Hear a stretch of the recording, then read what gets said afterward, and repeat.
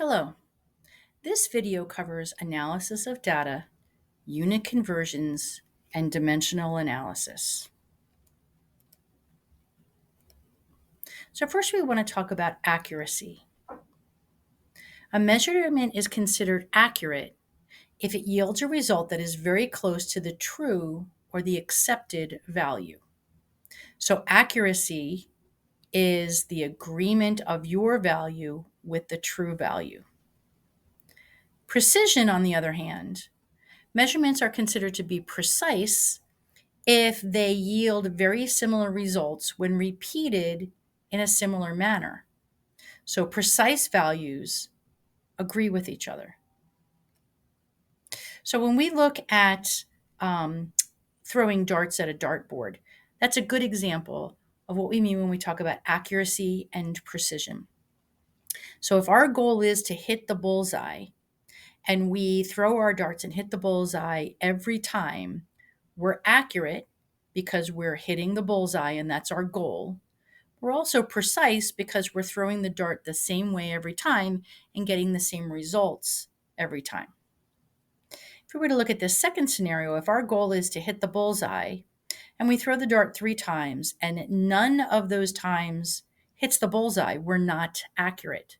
But if all 3 of those darts are in the same area, we would say that we're precise. And if we look at this third scenario, if our goal is to hit the bullseye and we throw our dart 3 times and none of them hit the bullseye and they're not very close to each other, we would say we're neither precise nor accurate. So when we deal with accuracy, we can calculate the accuracy of our measurements by doing what's called a percent error. We would take the experimental value, subtract the accepted value, and then divide that by the accepted value and multiply it by 100. And that's something that you can calculate on your own with the data that you collect in lab. If we talk about accuracy, having more than 20% error is pretty poor results, and the lab should be redone. If we're somewhere between 10 and 20% error, that's acceptable, probably could be a little bit better, but it doesn't need to be redone. If we get between 5 and 10% error, that's good results. If we're between 1 and 5% error, that's very good results. And if we get 0% error, that's excellent results. Now, precision, on the other hand, is a little bit harder to calculate. We would use a standard deviation calculation, which is not something you would need to do for these particular labs. But again, if we were to look, if you have greater than 30% for your relative standard deviation, that means your results aren't very close to each other and you should redo the lab. If you have between 20 and 30% for your relative standard deviation, that's acceptable, but there is room for improvement. If you're between 10 and 20%, that's pretty good results. If you're between 5 and 10%, that's really good results. And if you're less than 5%, that would be considered excellent results with respect to precision. Now let's talk a little bit about temperature. Okay, Fahrenheit is probably the temperature we're most familiar with, but we don't really use that particular unit for temperature in science. We would convert that to Celsius by taking 5 divided by 9 and multiplying it by the temperature in Fahrenheit, subtracting the value 32 from that. Degrees Celsius is a common unit of measurement that's used in science, and that's because the freezing point for water is 0, the boiling point for water is 100 when we talk about it in terms of degrees Celsius. Room temperature is 25 degrees Celsius, and those are a little bit more workable numbers. Kelvin is what we're going to use often in our calculations. Kelvin is the lowest theoretical value. When we talk about Kelvin, there's never any negative values. And to convert from Celsius to Kelvin, we would take our temperature reading in Celsius, add 273.15, and that would give us our temperature in Kelvin. So if we look here, we have 3 thermometers. This thermometer is reading the temperature in Fahrenheit. This is reading it in Celsius. This is reading it in Kelvin. So if we look at Fahrenheit, again, water freezes at 32. It boils at 212. Those are kind of odd numbers for us to remember. If we use the Celsius scale, we've got 0 for the freezing point and we've got 100 for its boiling point. So that makes it a little bit easier for us to remember. So Celsius is a more common unit for temperature that's used in science classes. And then if we talk about Kelvin, the freezing point for water is 273.15 Kelvin. The boiling point is 373.15 Kelvin. So the temperature difference in Kelvin is the same as the temperature difference in Celsius. So we want to talk about the units, and oftentimes we're going to use numbers that are super big or numbers that are super small, and we want to use prefixes when that happens. So these are the prefixes that we need to know for this particular course. So oftentimes scientific notation can be kind of awkward. So if we use prefixes instead of writing the powers of 10, it makes it a little bit easier to work with. So we need to know that the prefix nano means 10 to the minus 9 with respect to whatever the basic unit is. Micro is 10 to the minus 6. Milli is 10 to the minus 3. Centi is 10 to the minus 2. Deci is 10 to the minus 1. And then kilo, there are 10 to the third basic units for every kilo. Again, there are smaller prefixes and larger prefixes, but that's not something that we use in this course. So if we have 6.2 microseconds and we want to record that in seconds, since 1 second equals 10 to the minus 6 microseconds, we would write that as 6.2 times 10 to the minus 6 seconds. We're just replacing the prefix by its meaning. So if we have 3.2 kilometers, and we know that a meter is 10 to the third, there are 10 to the third meters per kilometer, we can just substitute in that 10 to the third, and that would convert kilometers to meters. Now, some calculator issues.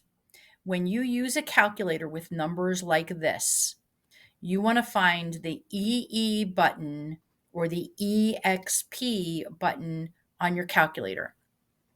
You do not want to do something like 3 divided by 6 times 10, and then use your caret, -2. You would do something like 3 divided by 6, and then for this 10 here, you would replace it with your EE button or your EXP button. So 3 divided by 6E -2 would give you your answer. Now let's talk about dimensional analysis or unit conversions. A conversion factor is simply a true equality between two values. The equality can be absolute or measured. So as an example, 10 to the minus 3 meters equals 1 millimeter. There are no significant digits here because that's an absolute conversion factor. Or they can be measured, saying that the density of lead is 11.34 grams per cubic centimeter. This is a measured value, so the number of significant digits here would designate how many significant digits you'd be using in your calculations, which in this case would be 4. Or if we say you're driving your car at 65 miles per hour, this is a measured value.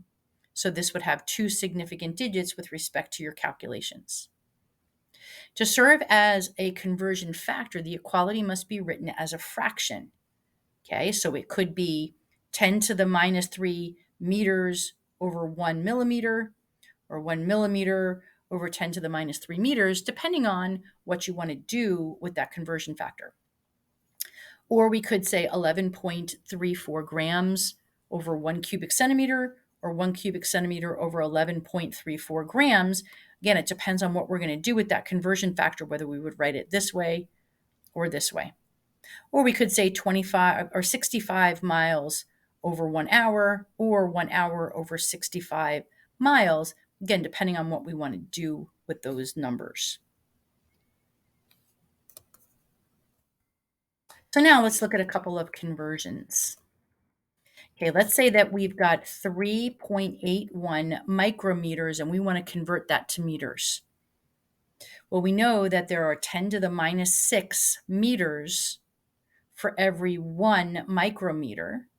Notice here the way I have this set up, micrometers is here in the numerator and here in the denominator, and that's going to cancel out. So I end up with 3.81 times 10 to the minus 6 meters. Okay, if I look here, I'm going from millimeters to meters. Nanometer. 1 nanometer equals 10 to the minus 9 meters will give us 3.5 times 10 to the minus 9 meters. Or if we've got 43 milliliters, 1 milliliter equals 1 times 10 to the minus 3 liters. I've got liters here in the numerator. I've got liters here in the denominator. The liters would cancel out, milliliters would cancel out, and I'd be left with liters. And I get 4.3 times 10 to the minus 2 liters. So let's use these conversion factors for longer type questions. These are the things we want to think about when we go through these conversion factors. What is the question? What is the starting value? And what conversion factors can I use? So we want to ask these questions every time we're doing a unit conversion or a dimensional analysis type problem. So as an example, how many minutes are there in 1 week? So what's the question? How many minutes? What's the starting value? 1 week. And then we have to think about what conversion factors we can use to get from weeks to minutes. So we know that 1 week equals 7 days. We know that 7 days equals 24 hours. We know that 1 hour equals 60 minutes. And we know 1 minute equals 60 seconds. Now, be careful with minutes. The shorthand for minute is MIN. A lowercase m, okay, that means meters. A capital M, that means molar, which we'll talk about later on in the course. And kind of an italicized M means molal, which we'll talk about later on. So these are the conversion factors that we're going to use to get from weeks to minutes. So this is the question.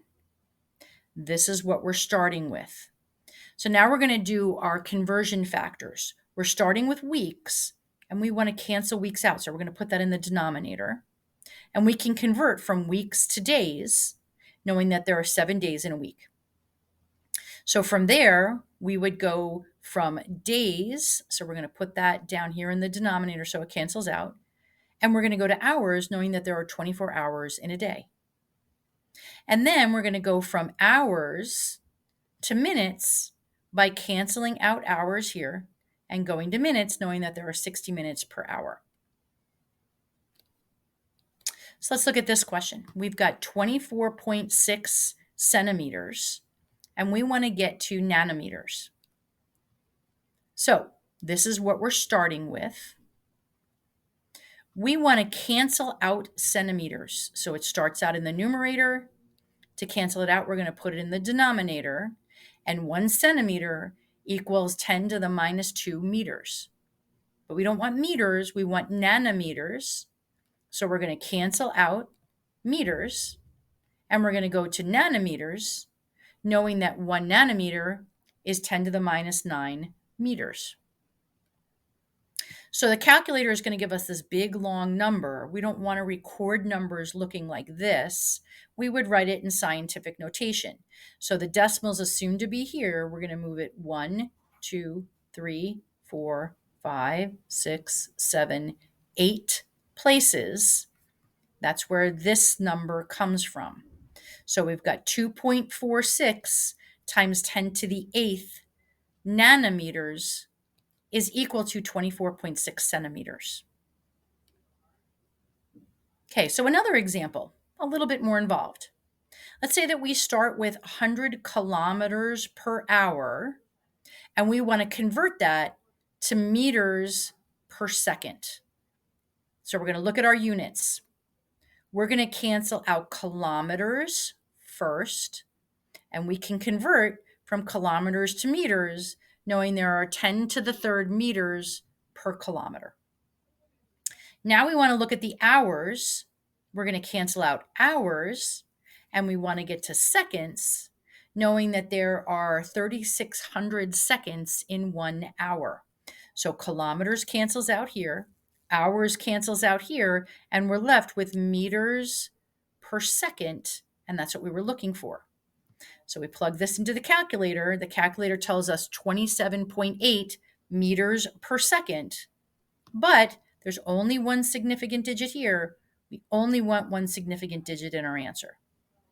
And writing this in scientific notation, we'd have to move the decimal one place, and we get 3 times 10 to the 1 meters per second. Okay, so here's another example. We've got 25 meters per second, and we want to convert that to kilometers per hour. So we start with what we're given, 25 meters per second.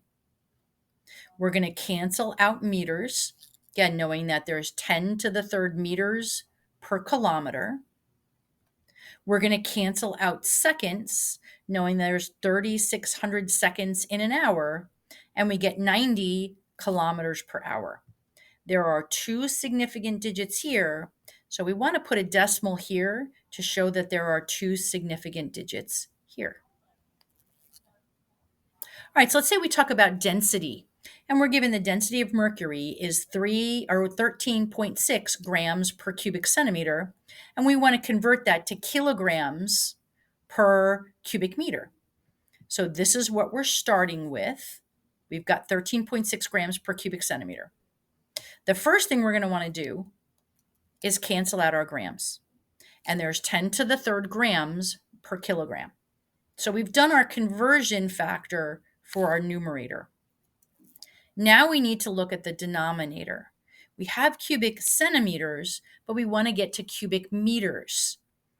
So we're going to cancel out cubic meters. Now, there's 10 to the negative 2 meters per 1 centimeter. If we cube this, we're going to have to cube not just the unit, but the number to go along with it. So we'll take the math on this. We get 1.36 times 10 to the fourth kilograms per meter cubed.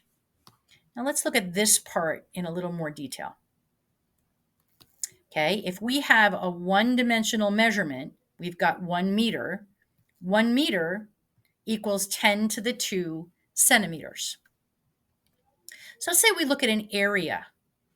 Okay, the area here would be length times width. So it would be 1 meter squared, or 1 meter times 1 meter. We're multiplying the number and we're multiplying the unit. Well, 1 meter equals 10 to the 2 centimeters, so we could do a substitution here. 1 meter squared equals 10 squared centimeters times 10 squared centimeters. That's going to give us 10 squared centimeters squared. So we've got 10 squared times 10 squared. That gives us 10 squared. We've got centimeters times centimeters. That gives us centimeter squared. So 1 square meter equals 10 to the fourth square centimeters. Now let's say we look at a 3-dimensional structure. Now we're looking at volume. Volume equals length times width times height. And if we talk about that in terms of meters, it would be 1 meter times 1 meter times 1 meter, 1 times 1 times 1, meters times meters times meters. That's what gives us meters cubed. 1 meter equals 10 squared centimeters, so we can substitute that in. 1 meter cubed equals 10 squared centimeters times 10 squared centimeters times 10 squared centimeters. That's 3 times. So it really equals 10 squared cubed centimeters cubed, or 10 to the 6th centimeters cubed. Just a little bit of math. So let's look at another problem again. We've got 25.6 kilograms per meter squared. In our first step, we're going to cancel out kilograms. There's 10 to the third grams per kilogram. We want to get to milligrams, so we're going to cancel out grams. 1 milligram is 10 to the minus 3 grams. Now we're going to focus on this part. We want to go from meters squared to millimeters squared. 10 to the minus 3 meters equals a millimeter, but we need to square not only the units, but the number. So then we plug this in the calculator, we get 25.6 kilograms per meter squared.